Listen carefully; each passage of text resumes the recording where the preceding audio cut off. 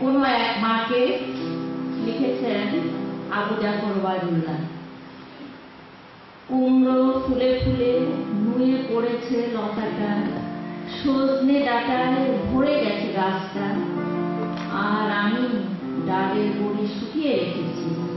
খোকা, তুই কবে আসবি? কবে ছুটি? চিঠিটা তোর পকেটে ছিল, ছেঁড়া এক রক্তে ভেজা। মা গো, ওরা বলে সবার কথা কেড়ে নেবে, তোমার করে শুয়ে গল্প শুনতে দেবে না। বলো মা, তাই কি হয়? তাই তো আমার দেরি হচ্ছে। তোমার জন্য কথার ঝুড়ি নিয়ে তবেই না বাড়ি ফিরব। লক্ষ্মী মা, রাগ করো না, মাত্র তার কঠকে। পাগল হচ্ছে মা বলে আর হাসে। তোর উপরে কি রাগ করতে পারি?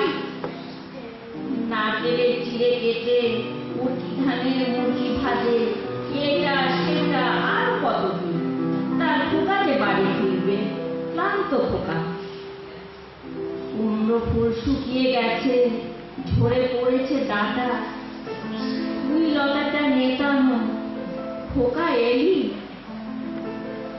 ঝাপসা চোখে মা তাকায় ফোনে ফোনে, সেখানে খোকার সব শকুনিরা ব্যবচ্ছেদ করে।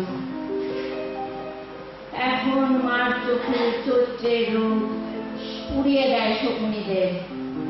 তারপর দাওয়ায় বসে মা আবার ধান মানে, বিনি ধানের খই ভাজে। খোকা কখন আসে, কখন আসে। এখন মার চোখে শিশির ভোগ স্নেহের রোদে ফিকে পড়েছে। ধন্যবাদ সবাইকে।